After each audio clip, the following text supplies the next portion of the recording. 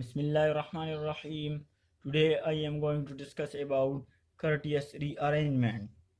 In the previous classes, we discussed about migration to electron deficient carbon atom, and now we are going to discuss about migration to electron deficient nitrogen atom.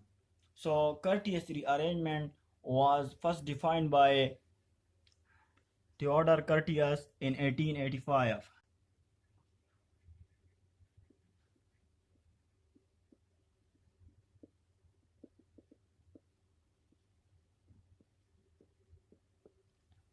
1885. This rearrangement was first defined by Theodore Curtius in 1885, and the intermediate which are formed in Curtius rearrangement are called nitrene.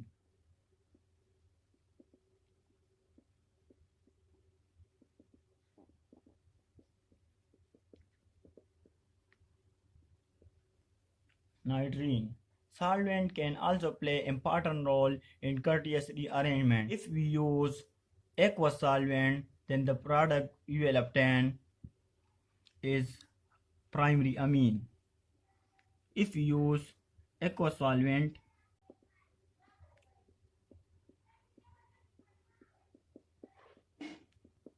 product primary amine. If we use non-polar polar solvent, then the product is isocyanate. So this is just the introduction of Curtius rearrangement. Now we are going to define Curtius rearrangement. Definition: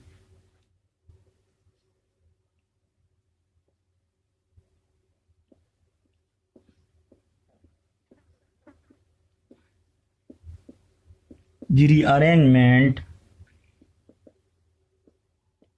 in which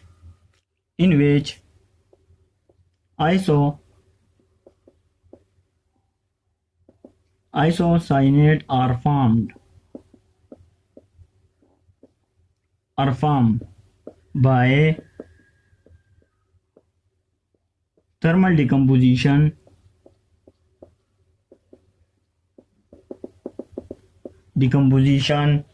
of acyl azide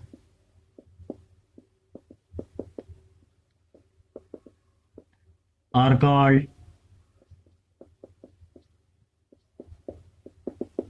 Curtius rearrangement.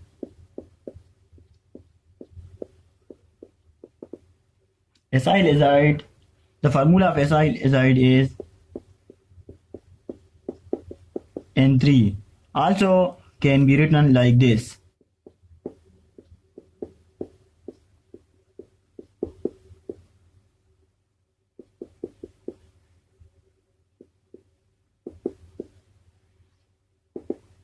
So the rearrangement in which isocyanate are formed by thermal decomposition.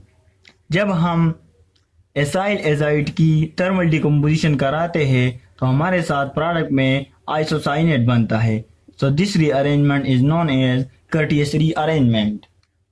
सो इससे पहले जो हमने rearrangement पढ़ी थी उसमें जो हमारे साथ इंटरमीडिएट बनता था या इंटरमीडिएट बनता था वो कार्बोकेटाइन या कार्बिन होता था. लेकिन इस रीअरेंजमेंट की जो ख़ास बात है इसमें जो इंटरमीडिएट बनेगा वो कार्बोकेटाइन और कार्बिन नहीं होगा बल्कि नाइट्रीन बनेगा. इसमें इंटरमीडिएट जो हमने पहले भी पढ़ा. अब हम यहाँ पर लेते हैं कि इसमें होता क्या है. इसमें यह होता है कि जो एसाइल एजाइड होता है और carbon double bond oxygen into N3 ये कन्वर्ट होता है थर्मल डिकम्पोजिशन से नाइट्रीन में और डबल बॉन्ड O इंटू. अब ये होता किस तरह है तो इसका मैकेनिज्म अब हम डिस्कस करते हैं. Mechanism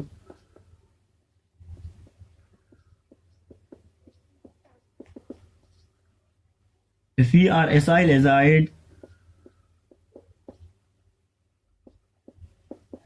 Acyl azide can be written like this.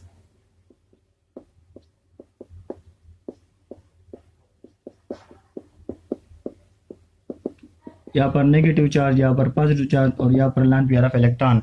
जब हम इसकी थर्मल डिकम्पोजिशन करते हैं, तो as a result we obtain product नाइट्रीन।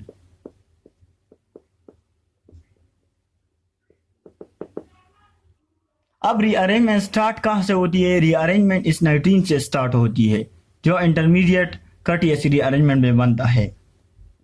ये जो लॉन पेयर ऑफ इलेक्ट्रॉन है, ये इस पोजीशन में शिफ्ट हो जाते हैं और यहाँ पर जो ये बॉन्ड है, ये इस नाइट्रोजन एटम के ऊपर शिफ्ट हो जाता है और अब ये जो बॉन्ड रह गया है, ये इस नाइट्रोजन की तरफ शिफ्ट हो जाता है। एज अ रिजल्ट क्या होता है? हमारे साथ नाइट्रीन आ जाता है। अब ये जो नाइट्रीन हमारे साथ बना है, नाइट्रीन, इसकी रीअरेंजमेंट कराने से ये जो लॉन पेयर ऑफ इलेक्ट्रॉन है, ये यहाँ पर शिफ्ट हो जाते हैं और ये बॉन्ड इस ऑक्सीजन की तरफ। अब यहाँ पर बैक बॉन्डिंग होती है।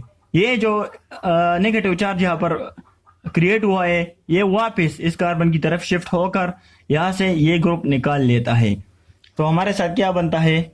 और ये जो R है, ये इस नाइट्रोजन की तरफ जाता है। तो RN carbon, double bond carbon, double bond oxygen. तो this is called isocyanate. This is called what? Isocyanate. अब ये जो आइसोसाइनेट बना है, मैंने पहले भी कहा था कि इस रिएक्शन में जो सॉल्वेंट होता है वो इंतहाई इंपॉर्टेंट रोल अदा करता है।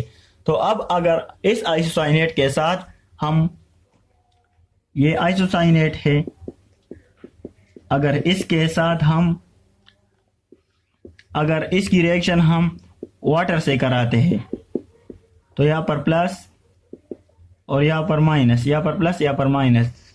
अब ये तो स्टेबल है और रिएक्टिव भी नहीं है, तो इसको रिएक्टिव बनाने के लिए हम ये वाला बॉन्ड इस पोजीशन में शिफ्ट करते हैं। तो यहाँ पर नेगेटिव और यहाँ पर पॉजिटिव, ये H प्लस इस नेगेटिव हाइड्रोजन के साथ आ जाएगा और ये OH इस प्लस वाले कार्बन के साथ आ जाएगा।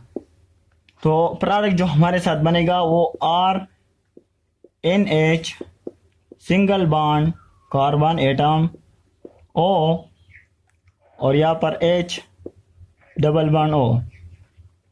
ऑक्सीजन एटम की जो इलेक्ट्रॉन विड्रॉइंग पावर है वो हाइड्रोजन से ज़्यादा होता है, तो ये अपनी तरफ ये इलेक्ट्रॉन डेंसिटी खींच लेगा और हाइड्रोजन यहाँ से H प्लस आयन की सूरत में यहाँ से निकलेगा। तो ये हाइड्रोजन एटम इस नाइट्रोजन एटम के साथ आएगा। अब यहाँ पर किस तरह आएगा? ये बॉन्ड जब यहाँ पर शिफ्ट हो जाते हैं तो यहाँ पर नेगेटिव चार्ज आ जाता है। तो as a result we obtain product like this, RNH2 plus CO2. So primary amine and carbon dioxide is obtained.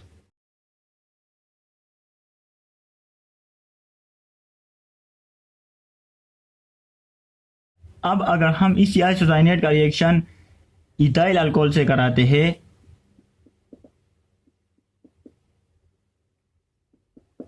तो प्रोडक्ट क्या बनेगा हमारे साथ? पहले हम इसको रिएक्टिव बनाते हैं। ये बॉन्ड यहाँ पर शिफ्ट हो जाएगा इस नाइट्रोजन के ऊपर, नेगेटिव चार्ज इस कार्बन के ऊपर, पॉजिटिव चार्ज, और ये इस पोजीशन में ब्रेक हो जाएगा, यहाँ पर पॉजिटिव और यहाँ पर नेगेटिव। तो ये जो पोर्शन है, ये नेगेटिव वाला ये इस कार्बन के साथ आ जाएगा और ये पॉजिटिव वाला इस नाइट्रोजन एटम के साथ आ जाएगा। तो प्रोडक्ट हमारे साथ RNH single bond carbon, CH3 CH2 और यहाँ पर double bond oxygen. This product is called यूरीथेन।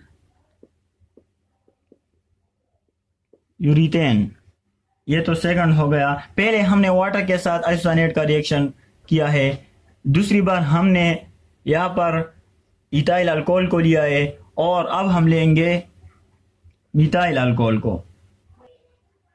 Isocyanate का रिएक्शन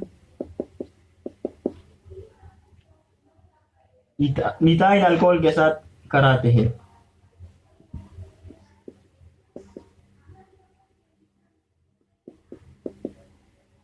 यहाँ पर प्लस, यहाँ पर माइनस, यहाँ पर माइनस चार्ज, यहाँ पर प्लस चार्ज। ये H वाला इस नाइट्रोजन एटम के साथ आएगा और ये इसके साथ, तो R NH single bond carbon OR और यहाँ पर डबल बॉन्ड ऑक्सीजन। अब इसके साथ हम क्या करेंगे, इसके साथ हम ट्रीट कराएंगे वाटर मॉलिक्यूल को।